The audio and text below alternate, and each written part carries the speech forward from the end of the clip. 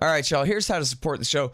First of all, sign up for the RSS feeds so that you don't miss a show. LibertarianInstitute.org or ScottHorton.org for those. Also, subscribe on YouTube, youtube.com/Scott Horton Show. And sign up at Patreon. Anybody who donates $1 or more per interview at patreon.com, you get 2 free audiobooks, and that can be including my book, narrated by me, Fool's Errand, Time to End the War in Afghanistan. So help support that way. Sign up at patreon.com/Scott Horton Show. And send in $50 at scotthorton.org/donate. You get a signed copy of the book Fool's Errand, of the paperback there. And anybody who donates $100, it used to be it takes 2. Now for any donation of $100, you get a lifetime subscription to Listen and Think Libertarian audiobooks. And there's already a whole bunch of them, and there will be more. Lifetime subscription for any $100 donation to the Scott Horton Show from Listen and Think Audio. Or you can get a silver QR code commodity disc, which is a really cool currency. Silver 1-ounce disc with a QR code. Tells you the instant spot price on there. And just go scotthorton.org/donate. There's also PayPal for single donations, or you can sign up to do monthly donations on PayPal as well. And take all different kinds of digital currencies, especially Zencash, zensystem.io for Zencash, and of course all the different kinds of Bitcoins and et cetera like that. So check all that out at scotthorton.org/donate. And hey, by the way, if you like this show, review it for me on iTunes, Stitcher, etc. If you like the audio book, it's now available on iTunes as well as audible.com. So leave a good review on there if you like that, and help get that out. Thanks. Sorry I'm late. I had to stop by the Wax Museum again and give the finger to FDR. We know Al-Qaeda, Zawahiri, is supporting the opposition in Syria. Are we supporting Al-Qaeda in Syria? Well, it's a proud day for America. And by God, we've kicked Vietnam syndrome once and for all. Thank you very, very much. I say it again, you've been had. You've been took. You've been hoodwinked. These witnesses are trying to simply deny things that just about everybody else accepts as fact. He came, he saw, he died. Well, we ain't killing their army, but we killing them. We be on CNN like, say our name, bitch, say it 3 times. The meeting of the largest armies in the history of the world. Then there's going to be an invasion. Okay, guys, introducing the great Mark Perry, Pentagon reporter. You find him oftentimes at the American Conservative Magazine, among other places. This one is in Foreign Policy. It's from the end of June. A couple of weeks ago, I had missed it. Sorry. Mattis's last stand is Iran. Welcome back to the show, Mark. How are you, man? It's great to be here, as always, and I'm fine, thanks. I forgot to say, you're the author of The Pentagon's Wars, which looks great on my shelf, but I don't know what's inside it yet. But I swear to God, I'm going to get to it at some point. You'll get there. I will. I can't wait to read it. I mean, this is what I'm very interested in. Well, thank you. All right, now look here. Everybody else, you get it and read it, and let me know what it says. Mattis's last stand is Iran, and not he wants to nuke it. He wants to not nuke it, huh? That sounds good. And we've heard reports here and there about how, well, Donald Trump doesn't like James Mattis anymore. Is this why? Because he doesn't want to attack Iran? Well, I think it's part of it. You understand you remember the transgender ban and how Trump wanted Mattis to reverse the transgender rules of the Pentagon and the military, and Mattis said fine. And then I think the term is slow roll. Mm-hmm. And then Mattis slow rolled the president, and he's been doing that on a number of issues. And I think that Mr. Trump doesn't say so publicly, of course, because it's James Mattis, but Mr. Trump is getting very impatient with his Secretary of Defense, and the thinking around town here in Washington is that he will try to remove him at some point. It's going to be hard to do because Mattis is still a very popular figure and an icon in the military, so Mr. Trump has to be very careful. Old Mad Dog Mattis, he's the one standing between us and worse conflict. I guess it could be. You were on the show, maybe not last time, but time before that or something, was all about just how much James Mattis hates Iran, blames them for 500 out of the 4,500 dead Americans from Iraq War II, blames them still and can't get over the attack on the Marines at the Beirut barracks in 1983. And he's the guy who's trying to stave off Bolton. Is that right? Well, you've got it right. Mattis is not a friend of Iran. He's never been a friend of Iran. He has very little sympathy for the Iranian government. He views them as a malign influence in the Middle East, as bad actors.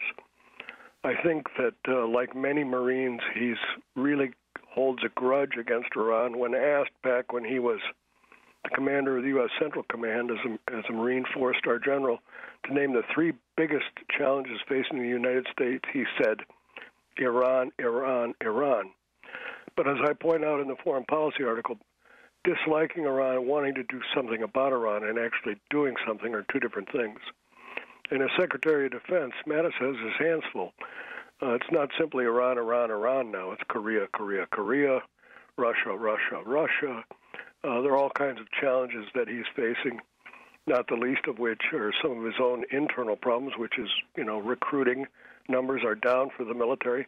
So he has his hands full. And the last thing I think that he really wants to do is to provoke Iran or to have a conflict with Iran or go to war with Iran.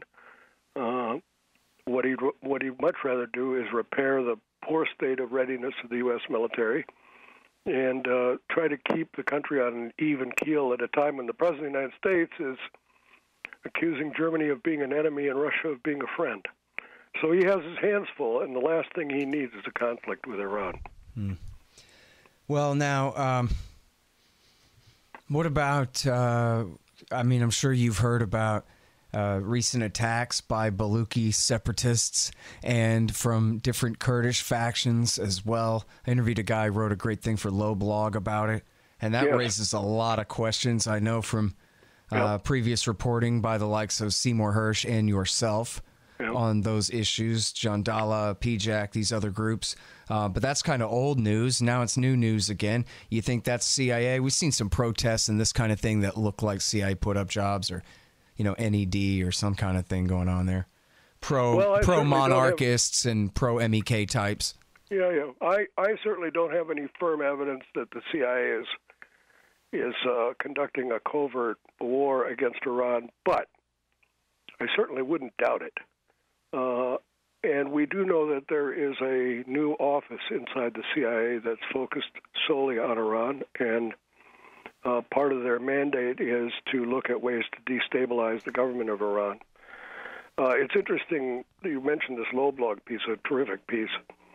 I talked to the guy, James Dorsey. It's really first rate. And this has been part of the menu of options that the United States and, most importantly, Israel has had for quite some time to use separatist groups like the Baluchis to undermine Iran, and that this would be happening now is certainly not out of the question. I think almost certainly is. So, the depth and the breadth of this covert program are not yet known, but it certainly wouldn't be a surprise to me to learn that the CIA, at the behest of the Trump administration, is involved in a program that's pretty extensive and expensive, and that a lot of the problems that we're seeing in Iran now, while homegrown, at least some of them, are probably the result of a covert U.S. program. No, there's no question in my mind that that's a real possibility. Mm-hmm. Well, now, I seem to have noticed an increased presence of pro-monarchist, pro-Pahlavi types as opposed to MEK, and I guess MEK is trying to keep their profile up too, but they're a communist terrorist cult, and they don't allow their they really are like Bo and T in the Heaven's Gate, just crazy comet chasers here, man. And so they pay well. So if you're Ed Rendell or Rudy Giuliani, then fine. But I don't know. Do you know, or do you think that people like John Bolton, do they really think that they could put Rajavi in there, Myron Rajavi, the leader of MEK? Or do you think that maybe they're kind of tilting away from these crazies to the less, embarrassing monarchists like back in the good old days? I suppose it's possible, but either way, whether it's the MEK or monarchists, this is a faint dream. You say comet chasers. That's a good way to put it. You and I remember quite clearly how the U.S. government fell in love with Iraqi dissidents, Iraqis who opposed Saddam Hussein and opposed him for good reason, but who exaggerated their own power, prowess, and assets. Ahmed Chalabi being the most notorious. And once we rode into Baghdad and turned to Ahmed Chalabi, we learned that he was a fraud, basically. Too late, we learned it. He was a good excuse for us doing what we wanted to do, but he had absolutely no support among the Iraqi people. And he was really resented by rational thinkers inside the U.S. government. And my suspicion is that the MEK and the Pahlavi monarchist who believe that they can somehow ride back into Tehran with flags flapping to the acclamation of the Iranian people, these are Chalabi-like figures. They have no support inside of Iran. They're not going anywhere. I think the real game here is to exaggerate their own power in the hopes of getting U.S. support and engineering what was engineered in Iraq, which is a phony war for phony purposes that cost American lives, destroyed the U.S. Treasury, and not the least of which killed 1 million Iraqis. That I think is their hope. Is it possible they could succeed? Well, no one bet on Chalabi, and he got what he wanted. So I don't think it's out of the question. But it's really going to be a Hail Mary pass for these guys to convince anyone in this town to support an invasion of Iran. It's certainly not going to convince anyone at the Pentagon. Yeah. Well, I'm glad for that. I mean, it seems like our hope really is that John Bolton is such a cynical SOB that he doesn't really believe this. He knows better than the lie he's telling, and so wouldn't make too big of a bet on it, I hope. But they don't have anybody else, right? I mean, that's the whole thing. Baluchi, Jundullah types, or PJAC or Azeri separatists or whatever, they can try to bankroll them, give them some guns or this or that. But, I think it was... I'm losing track of which article it was that I read. It may have even been yours. Oh, yeah. Well, I forget. It was either yours or maybe something Bandow wrote about even if we had a massive air war and called out all the stealth bombers and the B-52s and bombed the hell out of them. And Lord knows the Air Force and the Navy can drop a lot of bombs. But that wouldn't change the regime. That wouldn't necessarily, unless you got a lot of lucky hits, which I don't think we believe in your decapitation strikes. You're going to have some surviving mullahs, and they're going to have the loyalty of whatever lives of the police and the military forces there. They're not going to overthrow their government because we bomb it. That's crazy. No, just the opposite will happen. If we intervene militarily against Iran in an attempt to change their regime, the Iranian people will dig in their heels and support the regime.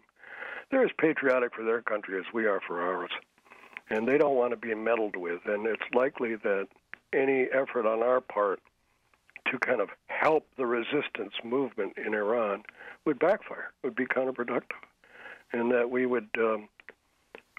would transform potential friends into real enemies. And it is true, no matter how many bombs we dropped a whole load of bombs on Vietnam, and we simply ended up strengthening the opposition to our puppet regime. If we would do this in Iran, it would be a terrible mistake. And I mean, there are thinkers in Washington who know this quite well. I don't know whether John Bolton is is delusional or not. I think that he believes absolutely what he writes, that he is all for regime change in Iran, and I think that Mr. Bolton believes in the power of the American military to transform geopolitics. I think he's wrong, and I think it would be a terrible mistake to buy that assumption that somehow the use of our military can be a substitute for careful, deliberate, well thought through diplomacy. Yeah. Well, and it turned out though that Chalabi, his family, had bankrolled the keeping of one of these important mosques in Najaf, and so he had some credibility as a Shiite leader. I mean, not compared to Skiri or Dawa or Sadr, but he was, something somewhere in there somewhere.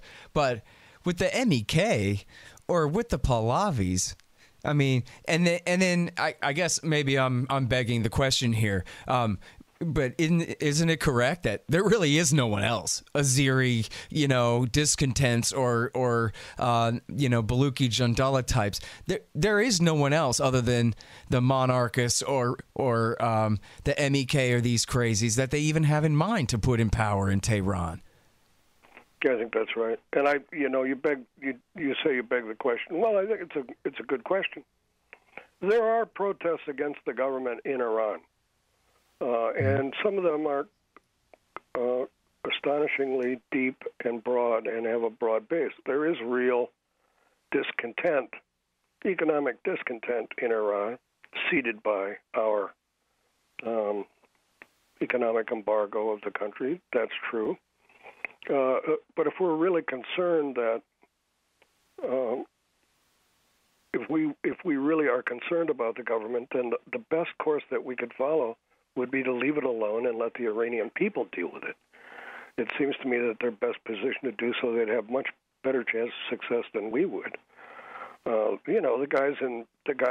mullahs in Tehran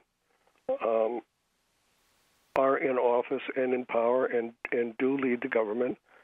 But there was a revolution there, a very popular revolution, overthrew our ally who we put in place through a coup. Here's an idea. Let's stand back from Iran in places like Iran and allow the people of Iran to decide what kind of government they want, and then we'll deal with it. That has a much better chance of success than anything we've done since 1979, when the Iranian Revolution actually took place. That has a real chance of success, and yet we seem to be of the mind that somehow, if we shape our policy and intervene, that somehow we'll get better results. We won't. I think it's been shown that we don't get better results. Yeah. I one time interviewed a State Department guy named Wayne White who talked about, back then when Saddam invaded Iran, it was going to be easy. I don't know if they named it Operation Decisive Storm like the Saudis in Yemen for the last 3.5 years. But, basically that was the deal was, the Iranians, they hate these mullahs. Man, dictatorships are brittle. Saddam's going to go in here and take care of business real quick. And it didn't work out like that at all. And why would it? And in fact, you look at how much discontent there's been under Bush, Obama, and Trump, and how much people protest and all that kind of thing. Does anybody really question whether the U.S. state is about to fall or not? Just because even if the Republican and Democratic parties were completely smashed and replaced by the socialists and the libertarians or somebody else, that wouldn't mean the end of the 50 states. And all the judges and all the cops, they're not going anywhere. You know what I mean?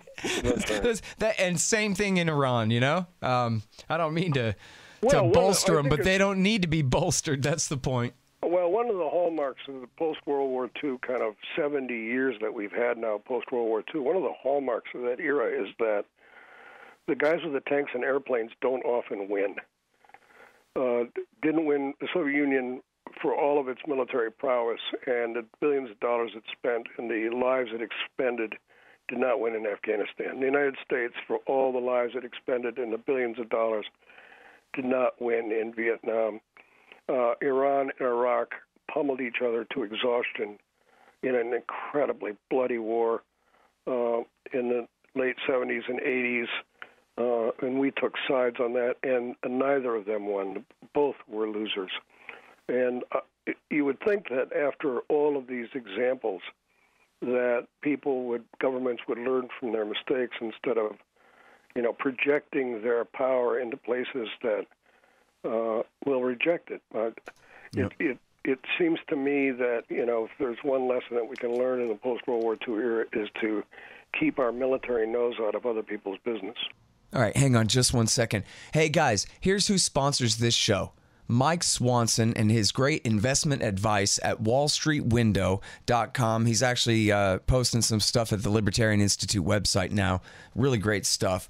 The great Mike Swanson. And he's also the author of the book, The War State, which is a really great history of the rise of the new right military-industrial complex after World War II in the Truman, Eisenhower, and Kennedy eras. You'll really want to look at it. The War State by Mike Swanson. Also, Roberts & Roberts Brokerage, Inc. If you listen to Mike, you'll be buying some metals. You'll want to buy them from Roberts & Roberts. They've been around as long as I've been alive. They've got a great reputation. They take the very smallest premium possible in order to help arrange the very best sales for you of platinum, palladium, gold, silver, of course, and no premium at all if you buy with Bitcoin. They're at Roberts & Roberts. That's rrbi.co.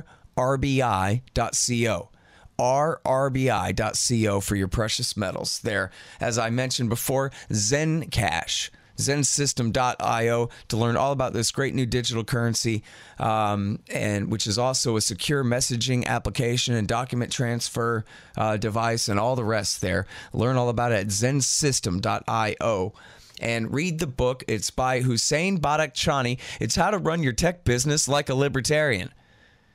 That's not the title. The title is No Dev, No Ops, No IT. Those are all one word each, if you take my meaning. No Dev, No Ops, No IT by Hussein Badakhshani. It's really great. And check out libertystickers.com for all your anti-government propaganda. I made up most of them. And yeah, that didn't work out with the new website I kept promising you. But now supposedly someone else is promising one. So I guess we'll see if we ever get a new website.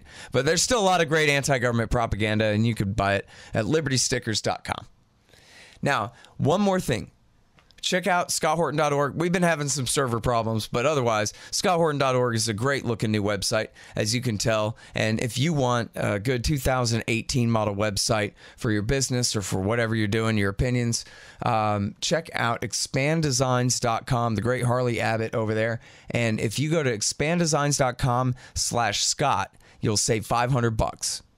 And you know what's funny is the one big example of that Bush Senior's Iraq War I, which was supposedly, Operation Yellow Ribbon, in and out, 100-hour ground war, and what a tremendous victory. And 80 guys died on our side and 50,000 on theirs. And yet, George Bush Senior said, this will not be another Vietnam. We're going to go in there, do our thing, and go. And yet, no, it wasn't another Vietnam. It's the first thing they did after they won the war was they did a big Bay of Pigs where they encouraged the Shiite and Kurdish uprising and then stabbed him in the back and let Saddam massacre him. And then that became the reason or the excuse to stay in Saudi, to wage the no-fly zones and the blockade to protect the Shia and the Kurds they just encouraged and betrayed. And then and here we are now at Iraq War 3.5. Talked with Patrick Coburn the other day, reporting from Baghdad. Still going on. The war against what's left of Al-Qaeda in Iraq, basically ISIS in Sunnistan there. It's still going on after Iraq War 3. This same will not be another Vietnam. Quick, easy, successful, wonderful victory that Bush Sr. waged back in 1991. Yeah, it's astonishing to me that we're still kind of slogging through this. It's a real stain, I think, on our history that Mr. Bush Sr. Encouraged an uprising against Saddam Hussein and then refused to support it when it happened. It was really a terrible tragedy. Many innocent people killed as we stood aside.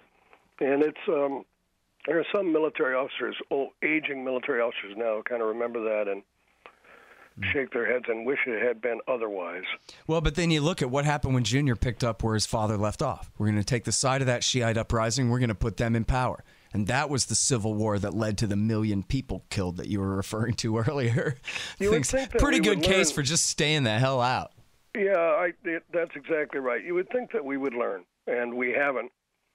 But I think that, a guy like James Mattis at the Pentagon understands full well what's involved in these kinds of operations and how the results can be somewhat different than you anticipate.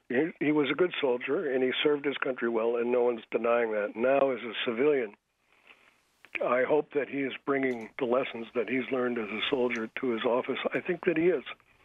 I think that if you were to sit in the White House with him and mention that perhaps it was time to intervene militarily against Iran, he'd be the one guy at the table who would oppose it. Not the only one, by the way, but he would certainly oppose it. Yeah.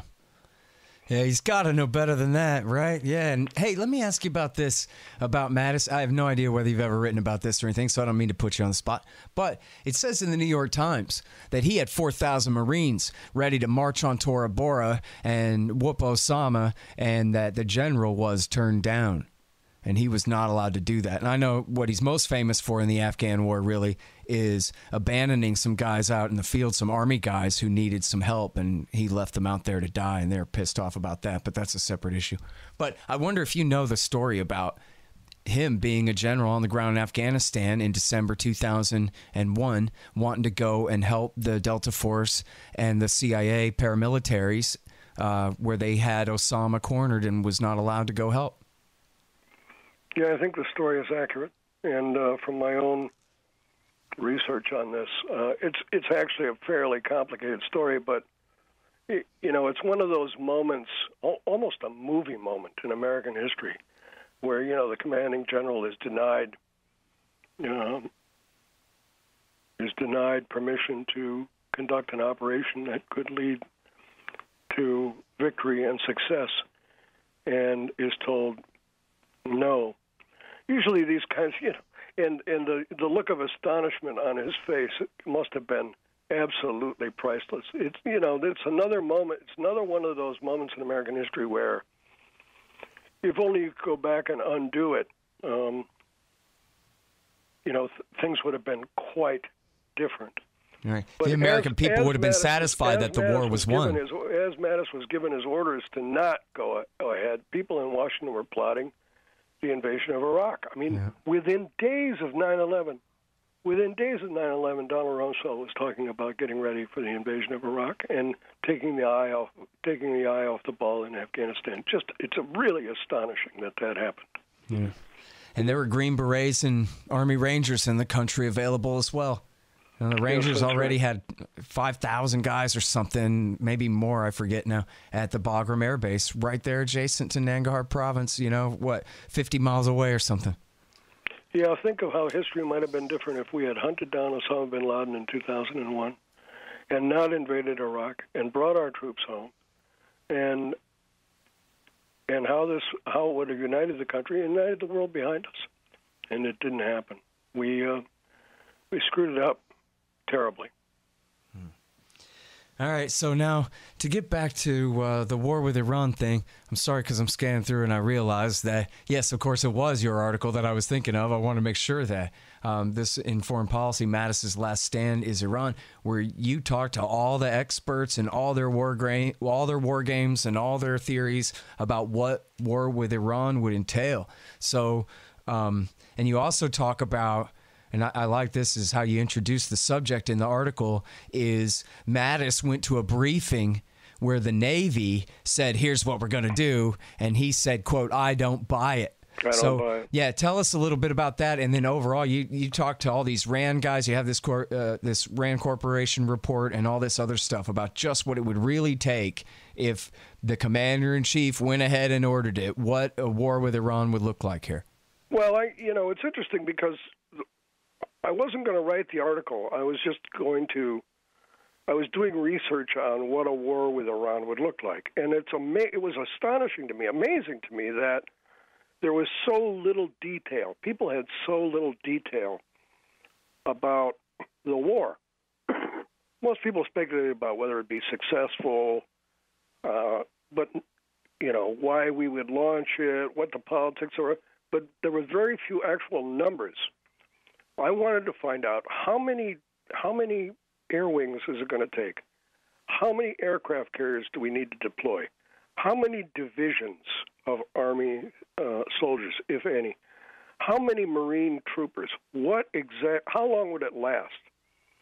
The kind of exact detail that you do get in a war plan. Of course, I couldn't get the actual war plans, one of the most highly guarded secrets in the American government.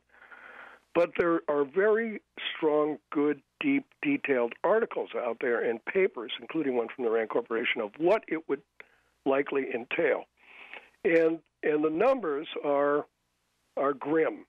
We would have to deploy half of our air wings.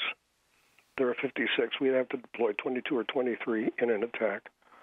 4 aircraft carriers.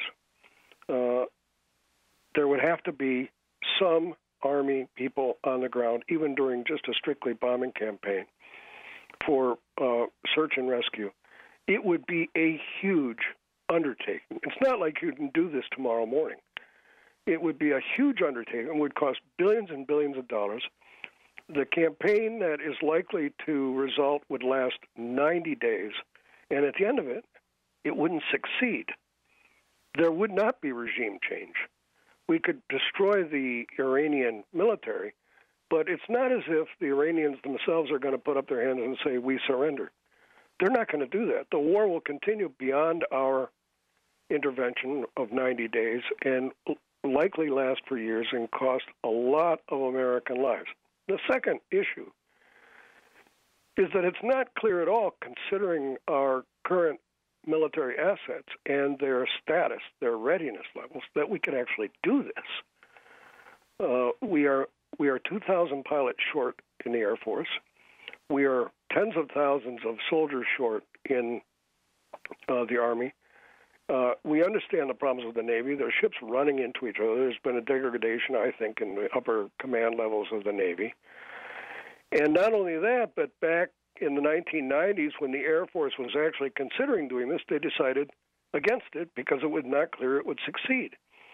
So when you've got John Bolton, banging the table about regime change in Tehran, and even if he were to convince the president would go to the Pentagon and Jim Mattis and say, we've got to do this, it seems to me possible that the Secretary of Defense would say, Mr. President, I understand and I appreciate your order, and yes, sir, we'll do it, but, sir, we might not be able to.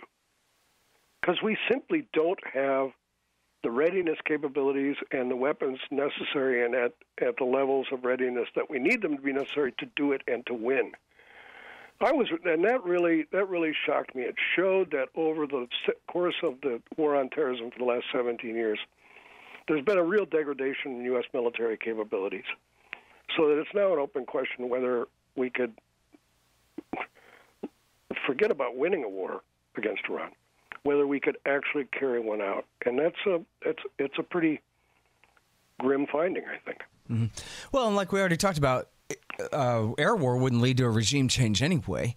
No. I guess there's some Hollywood version where the Delta Force hunts down the mullahs and executes them all or some kind of thing, but that wouldn't happen either. So by definition, the war would have to have a limited set of goals, like, well, we're going to degrade their military and their nuclear program by X% and guarantee all this retaliation, which we hadn't talked about yet, but what all they could do about it in response, almost necessarily recognizing that they couldn't get anything like an actual, quote, victory, where then Myram Rajavi leads Iran into the brave new future or something. Nobody believes that, right? So that's not going to happen. Yeah, but there's... But, and they know that, right? They would have to accept that, okay, well, what we're going to do is we're going to bomb the hell out of them, and then we don't really have a good ending. That's right. If you talk to senior military officers about this, they'll say, well, here's what we can do, and they tick off a list. We can destroy their nuclear capabilities, such as they are, and they're not much now. We can destroy their surface-to-air missiles. We can target their barracks and their assets and facilities. We can bring down government buildings. And then we can ... And they shrug and say, and then what? We can't change the regime. There's no guarantee that we can change the regime. It's not a good idea necessarily if we do anyway. And what is it exactly that we accomplish? What is it that a war with Iran will accomplish? Well, you have to conclude, if you talk to sober-minded people, that it's more of a feel-good exercise than a reality. Yeah. Well, it's sure exactly what Ayman al-Zawahiri wants us to do. So, right. Got that going for us at least. I don't know. All right. Man, I was going to ask you. Oh, yeah. And then, so real quick, if you could, what about what Iran could do in response to this, symmetrically, asymmetrically, etc.? Well, they could do what they've done to us before. In October 1983, they brought down the Marine barracks, our Marine barracks, 241 dead in Beirut. And, our tendency is to call these warlike acts terrorism acts because we don't like them. And that's what they could do. They could target our assets in Europe. They could target our assets on the ground in Iraq and Syria, where we are. They could make life difficult for us in Afghanistan. It's possible that if we were to launch an attack on Iran, they could close the Straits of Hormuz, which would spike oil prices. We could probably reopen the Straits. They might be able to take down a destroyer or two in the Persian Gulf, maybe not. But, the word here is asymmetric. Their response to our symmetric kinetic warfare, our cloud of aircraft and boats and soldiers, our kinetic response would trigger their asymmetric response. We don't know where they would strike. We only know that they would. And they've got the whole globe as their target. And Americans everywhere would be in danger. And it's likely that this could go on for years and years and years.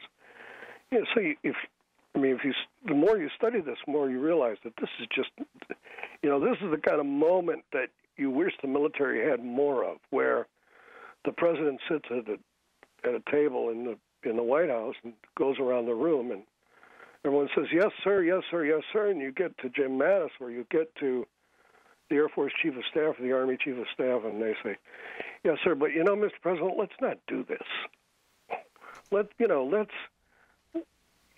rethink this a little bit and really assess the cost, because the cost would be, you're not going to have thousands of Americans dead or tens of thousands, but you're going to have dribs and drabs and nickels and dimes of Americans dead 5 here, 10 here over a period of 10, 20, 30, 40 years. And it's just simply not worth it. Yeah, and that's what happened 11 years ago, right, when they were thinking about hitting Iran over the excuse of their intervention in Iraq. And Admiral Fallon, the commander of CENTCOM, said, over my dead body, man, we're just not going to do this. Yeah, and he was right to say so. And he understood, and this is a Navy officer, he understood full well the cost that we would pay and that it wasn't worth paying. Yeah. Let me ask you one more thing real quick. So Pompeo went to Afghanistan, and he says, yeah, we're here because we want to negotiate and we want to work with the Afghan government on negotiating, and it's going nowhere. And you and I both already know that the Taliban don't want to talk to the Americans until the Americans agree to go in the first place, which is not going to happen. So, but that's not the point. The question is, though, does that symbolize, do you think, an attempted change from the McMaster plan, which, as he stated, it was just fight for 4 years and then think about negotiating after that? I think that there's a lot of anxiety in the U.S. government over Afghanistan to the point where we're looking for an accelerated way out. And I think that Pompeo is one of these guys who looks at Afghanistan and says, we've done as good as we can. Let's try to hurry along a process of a political resolution. Because, if the only way out of Afghanistan is a political resolution in 4 years, why can't there be a way out of Afghanistan with a political resolution in 4 days? Yeah. And I think that Mr. Pompeo is certainly much more conservative, to say the least, than I am. But he's an adult. He's an adult in the room, and he understands the calculus in the Middle East. And I think he and others in the administration, perhaps the president himself, think that it's time to draw it to an end. I mean, how long have we been there? 17 years? You know what it is, too, is it's good politics to say, look, this is all Bush and Obama's fault. This isn't, in Fire and Fury, Dina Powell, the Deputy National Security Advisor, says, hey, let's face it, if he pulls the troops out, then that's a defeat. And Trump can't lose a war. But the whole thing is that's totally wrong, right? It would be, look, it would only be Trump, the outsider, recognizing that Bush and Obama lost this war and the costs to try to tie up the loose ends just aren't worth it. So let's just quit now because it's the smart thing to do. And it wouldn't be on him at all. Even after a year of this, of going along with McMaster, still, he's Trump. He could do that. He could flip-flop right now, and it would be good politics to do it, not bad. That's exactly right. And he doesn't have to blame Bush and Obama. What he has to do is say, we came to Afghanistan to provide a stable government capable of defending itself, and I woke up this morning and I realized that we'd done that, and so now it's up to them. We won, and so we're coming home. Yeah. Well, the media would call him a coward and a surrenderer to the Taliban stuff. So that's why I'm saying blame Obama and them, because why not? It really is their fault. They really did build a government that can't stand on its own. So how, well, that's right. It would be truthful. Mr. Trump can certainly say that after withdrawing U.S. troops and the Taliban ends up in downtown Kabul. It's possible to do. But I do think that they're searching now very actively for a way out, and it's Mr. Trump said that he wants to end these wars. Well, here's a perfect opportunity. Yeah. Well, and of course we got this summit with Russia coming up. So how about that? How about make a deal with them, as George O'Neill put it in the American Conservative magazine? We could make a deal on Afghanistan, on Syria. What do you got?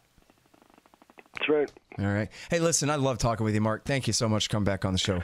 As always, I love this, so keep me in mind. I'm willing and able anytime, and I appreciate it. Great. Thanks very much again. All right. Thank you, sir. Bye-bye. All right, you guys, that's Mark Perry.